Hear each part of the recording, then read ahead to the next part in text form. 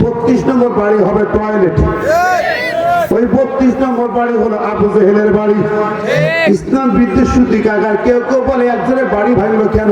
আরে মিয়া ওর বাড়ি বাপের জমি, বাপের জমি। ও কি বঙ্গবন্ধুর বাপের জমি? ওর বাপের বাড়ি কোথায়? ইন্ডিয়া।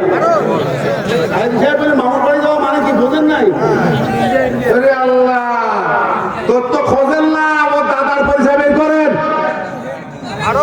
শেখের বেটির দাদাকে, দাদার নাম বের করতে বলেন। দাদার নাম বের করতে পারবে না, ঠিক না? ধরে বলেন, এই 32 নম্বর জায়গা তার না। 1961 সালে ওই জায়গা দখল করে নিজের নামে ডিসিআর কাটে, ডিসিআর বাবুতি সম্পত্তি নাকি? দেশের সম্পত্তি, এই জাতির সম্পত্তি। অবৈধ একটা জায়গায় নিচু আয়না ঘর, ওপর সিআরআই অফিস।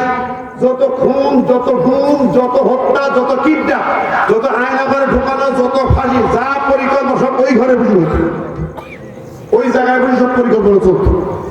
সিআরআই অফিস ওটা, সিআরআই ওরা বানিয়েছে সিআরআই। ভাইরা আমার, বন্ধুরা আমার, সুতরাং ওই জায়গা ভাঙা হয়েছে। ইউনুস সাহেবকে বললো টয়লেট বানান, আমরা চান্দা দিয়ে টয়লেট করবো। যে যাবে 100 টাকা চান্দা দেওয়ার কত টাকা ইনকাম হবে? আমার ভাইরা রাগ করছে দেখি, মন খারাপ বলে। এই আরো বলে যায়, ওরা যা যা করেছে এখনো গ্রাম গঞ্জে কিছু লোক এখন খুব মায়া করে, হুজুরে এত বলা তো ঠিক না, ওরে আমার দরদি